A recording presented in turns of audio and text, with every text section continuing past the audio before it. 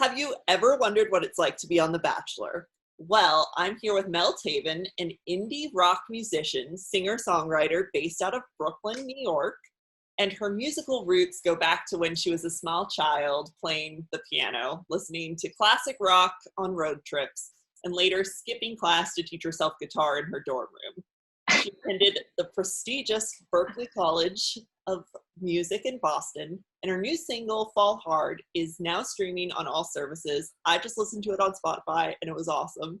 Oh, thank you. So, welcome, Mel. Thank you for being here.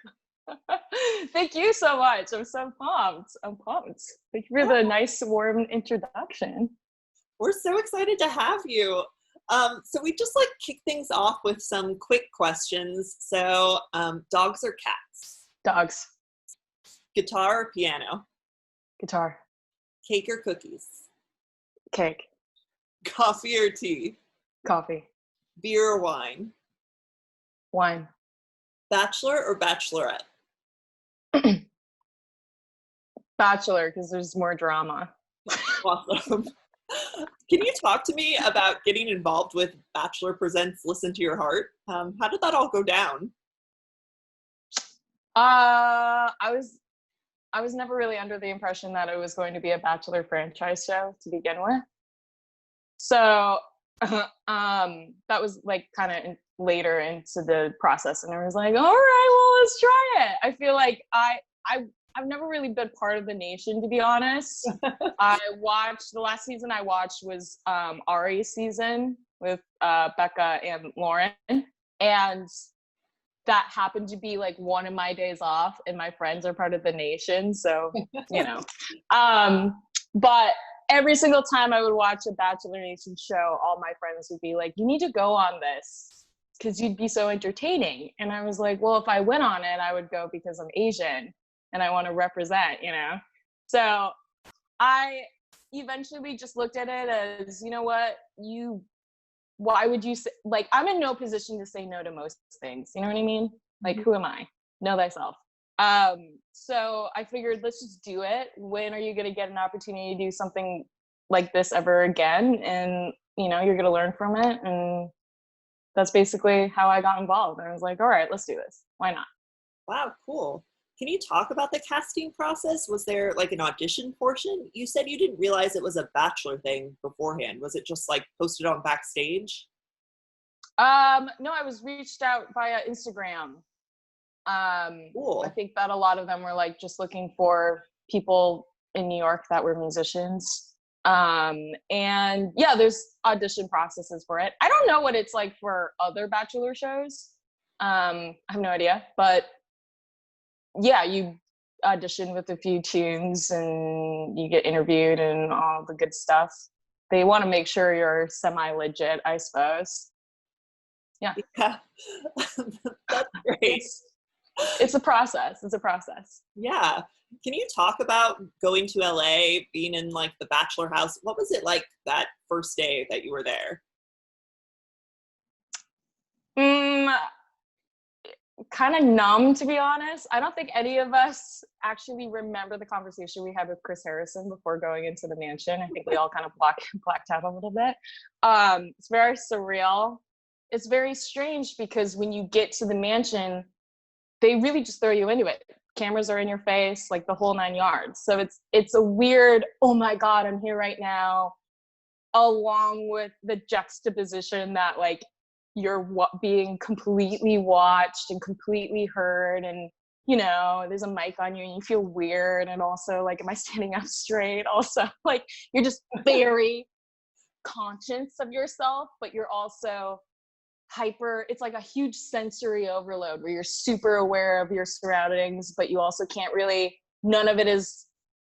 all of it is uneven and unfamiliar terrain, so you really don't know what you're doing, and you have to act like you know what you're doing. It's horrible. It's kind of like the first day at a new high school. Oh God. Yeah, that sounds really stressful.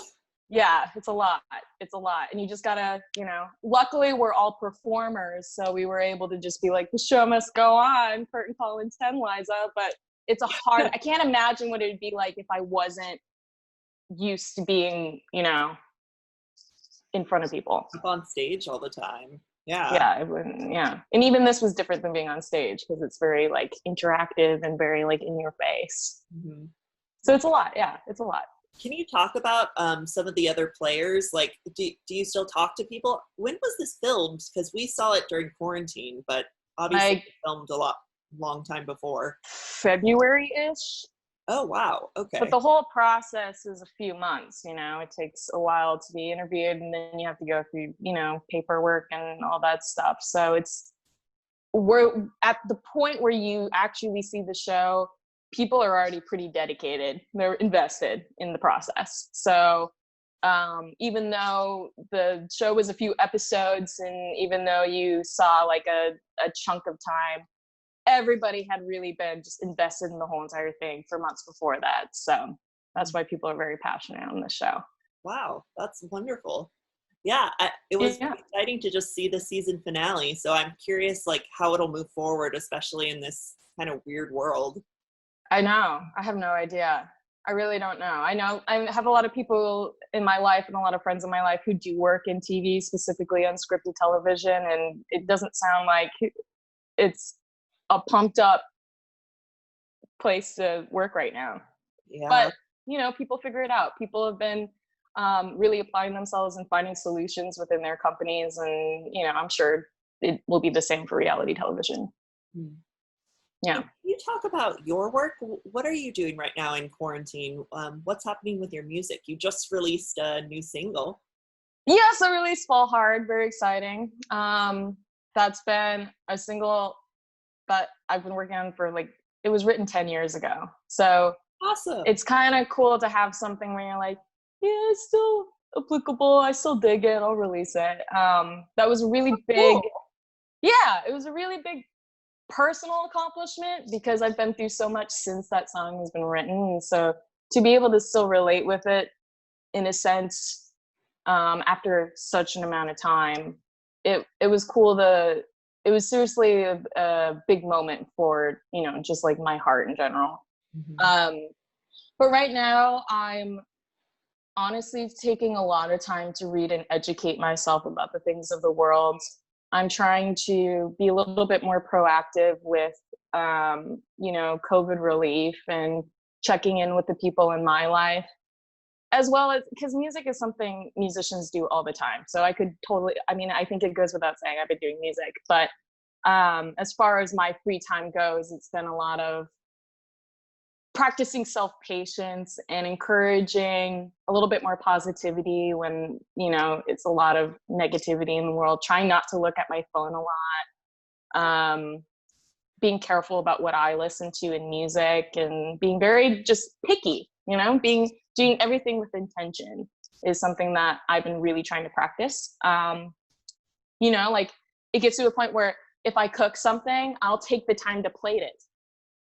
And I found that like I benefit from that because there's so much you can't control right now. At least that's how I feel. I feel like I can't control jack shit right now. Pardon my French. Am I allowed to cuss on this podcast? Yeah, that's totally fine. Anyway, so when I do have little moments like that, I really take it for, you know, what it is. So that's basically in a nutshell what I've been doing. Yeah. Yeah. How has it been being in Brooklyn? I'm from Manhattan, so I kind of get Okay. the city thing. Our city is decimated. How has it been? Have you been affected at all? Are you safe in Are your you in Brooklyn right now? Or are um you in Manhattan? I just left. I'm in California right now, but Oh, I nice. actually had COVID. Oh, I you had the did? Oh my strain of it. gosh. Yeah, it was awful for 5 weeks. And so now I've just left and gone back to California. But Oh, how have you wow. been? Like, how has your community in Brooklyn been? I'm glad you're healthy now. Thank you. I actually have been fortunate enough to be quarantining in the woods in Connecticut right now. Oh, good. Okay. Uh-huh, which has been really good. But as far as the people I've been speaking to in Brooklyn and in New York, the beginning was a little rough because everybody was really panicking, you know, like Yeah. resources weren't being made. Like when you went to the grocery store, I have a friend that went to the grocery store and the only produce they had was like Korean pears, which Yeah. is weird, but you know, guess people don't like Korean pears in the pandemic. But it was little things like that. And I think that panic really struck once like Amazon Prime wasn't delivering. It was like, oh my God, if they're not delivering in New York, something's wrong. People really rely on things like Amazon Prime. And so I think now everybody's started to acclimate. Stores are starting to tap into their own resources. I think that everyone is kind of getting into the groove of things. But now with the Black Lives Matter movement and the protests, I think that it's caused a little bit more of a hectic familiarity that everybody had in the city, specifically at the beginning of COVID. So I think that a lot of people are just trying to acclimate as best as they can to the surroundings that they're in. The people that I'm friends with are trying to be proactive and positive. But, Brooklyn specifically is known as a borough to unite and be strong and represent a stronger part of New York as best they can. So I think that that's exhibited today just as much as it has been in the past. That's great. Yeah, I know there are a lot of protests right now happening, or started to happen right out of Brooklyn, from the get-go. And now it's moved through some of the more of the other boroughs, which is great. Yeah. But how long have you been in the woods in Connecticut for? I think we crossed the 2-month mark. Oh, wow. Today, which is weird. Someone had said that to me. How has your 2 months been? And I'm like, what are you talking about? 2 months and what? And they're like, quarantine. I was like, it has not been 2 months, but it's been so long. I literally was able to come here the day after I got laid off. Oh, okay. I made proactive strides to do so because it wasn't a very good day, but you got to make things happen for yourself. So luckily my roommate's parents live in Connecticut, and that's how we were able to be here. I'm very grateful. Perfect. Yeah. Well, that's good. I'm glad you're able to keep safe and get out of the city for a little bit. It's good to be. Yeah, my lungs have never been happier, to be honest. That's awesome. Great. Yeah. Yes. Have you been taking advantage of Connecticut, all the forests around you and hiking or? Yeah, I've been taking advantage of it. It's really put my life into perspective.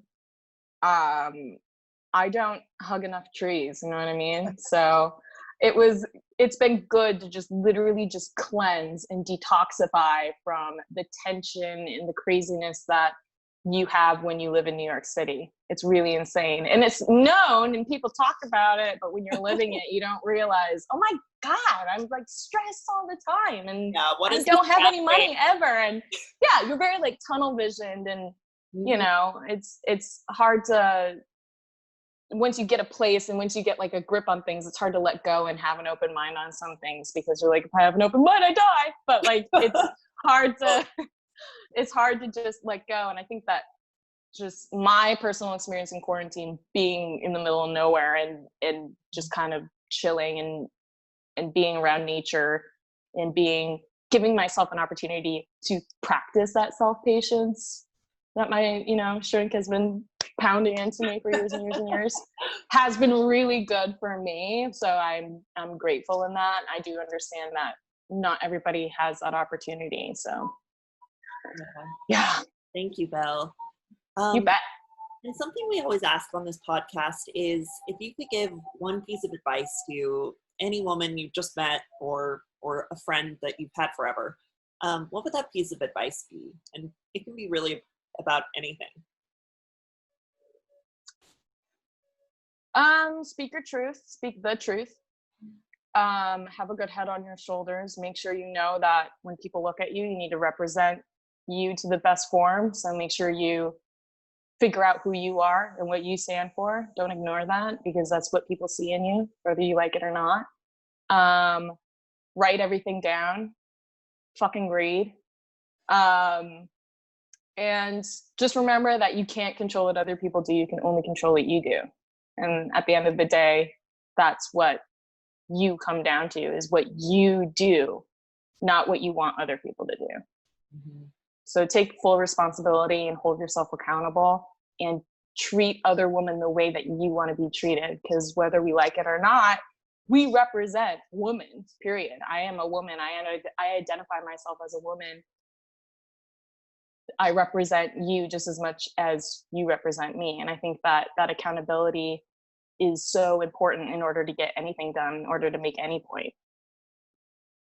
Yeah, thank you so much. I think that's great. I think Mm-hmm. thinking about like who we are as women and keeping ourselves accountable is Mm-hmm. great advice. Thank you. Mm-hmm. Yeah, because you can't expect other people to respect you if you don't express respect. I mean, self-respect is a whole other conversation, but I can't expect you to, or the men in my life, for example, to respect me if I don't express respect towards other women in my life too, you know? So it's really important that we keep everything pretty tight, and, you know, we call other women things that we want to be called.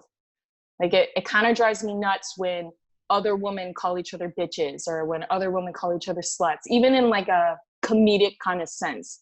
It's like, if you say it, then you're allowing other people to say it. And the point is to not say something like that at all. You know, if you don't like being called that, or if you don't like it when other people are being called it, no matter what the sense is, don't do it. Hold each other accountable. Yeah, I think that's great. That's a good practice to put into life. Mm-hmm. Mel, is there anything else you'd like to add to our listeners? I don't know. What's next? What's next with your music? I mean, I'm not sure. I mean, at the end of the day, I'm looking at 2 other releases, but I have been going into the process and like the just conflict in my mind, like any other creative, where I'm like, should I go a different direction? And now that, you know, in quarantine, I feel like a lot of my other creative friends are doing a lot of self-reflection, and unfortunately all we're doing is thinking when we already think enough. And so it's a lot of like, what am I doing? What do I want?